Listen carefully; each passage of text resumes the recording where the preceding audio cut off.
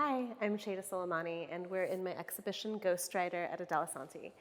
So I guess one thing to start with the show is that we're kind of situated amongst a map that my father drew of his escape route through Iran and the mountains coming over to Turkey, Van, the city that we actually see here. This series is the first time that I have ever tackled this, story of my parents and their exodus, as well as their long journey escaping Iran as political refugees. Most of my other work has been about human rights violations issues and how governments fail to provide for their people. But this is the first time that I am kind of turning the camera, literally, inwards and kind of making work about their stories and the oral histories that they've communicated to me throughout my life. This might be the entrance of the show and the first image that literally starts the journey, but in a sense it's also a resting point too. I mentioned the fruits that my mom plants from seed. When she left Iran, she brought from her garden in her home a seed of a pomegranate tree that she wanted to plant and have an experience of where she came from and have a relationship to her home. This is actually the suitcase that my dad escaped over the mountains with on the horse. And you'll see here the kind of stamps of the JFK, the kind of really vintage looking JFK tag and all of the different stops that he had to make while he was escaping the country. In these works, some of them time is linear and some of them time is not linear. I'm really thinking about the relationship between, the way that these stories have been told to me and the readings of magical realist texts, specifically Garcia Marquez's 100 Years of Solitude, in which time jumps from the past to the present to the future and back to the past very quickly. And so this photograph really doesn't have time or isn't set within a place, but it comes from a story that my mom oftentimes told me, a Persian fairy tale called Sibe Khandun Behegeryun.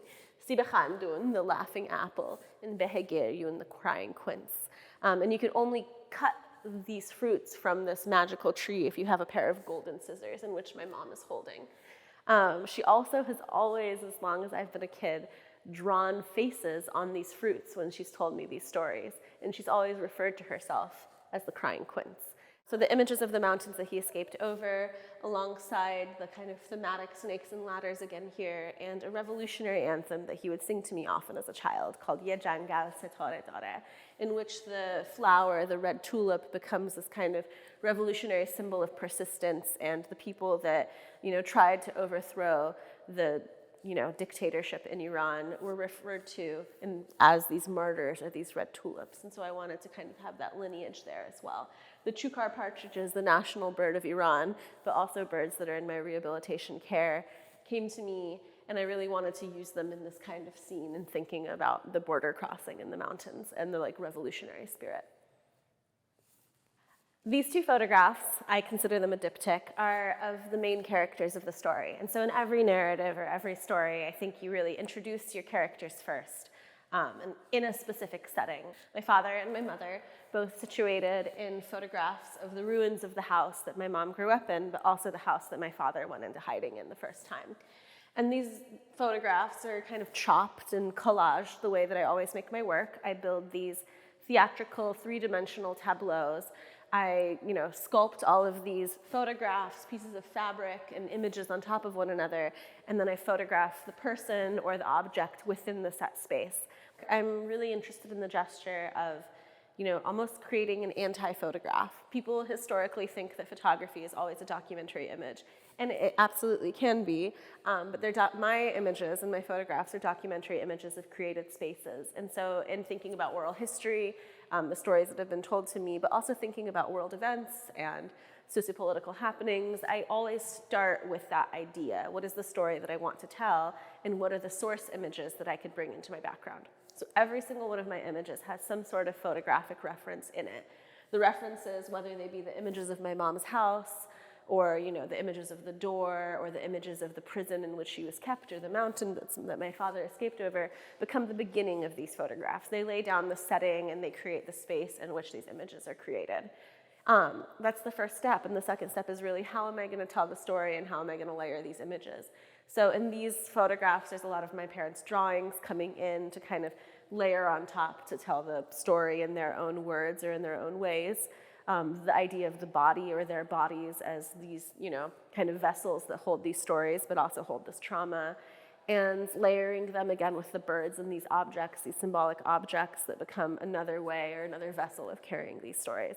So all of these are built in a fabricated kind of theatrical set. I then photograph them with a high aperture, usually f/22, to make the photos look flattened. And that's kind of that relationship that people get to the Photoshop collage, where they think these images are collaged. But when you get close up to them, there's a lot of actual space that you'll notice, shadows and curls of paper ripping up. And you'll notice that they're built quite cheaply, and I think that's the fun of it for me, is kind of having that trick of the eye and fabricating these spaces that they do exist in some time, but not in any linear time. My mother, who was a nurse in Iran, didn't get to practice nursing when she came to the States because she didn't speak English and was never able to get her license again. And so I grew up with her rehabilitating wild animals, primarily birds. And this has kind of become a practice of my own caretaking as well. And so in this work, we kind of see this lineage of care between her and myself, and this practice that we both share in healing these animals and releasing them back into the world or into the wild. And so in this image, she's holding an eastern bluebird that had been in my care for almost 2 months after it had hit a window. When we made this photo, it was a cathartic experience for her, but we released the bird together afterwards. And so this kind of full story image of her hand emerging from the bars with the bird and freeing it becomes her like triumphant release from prison.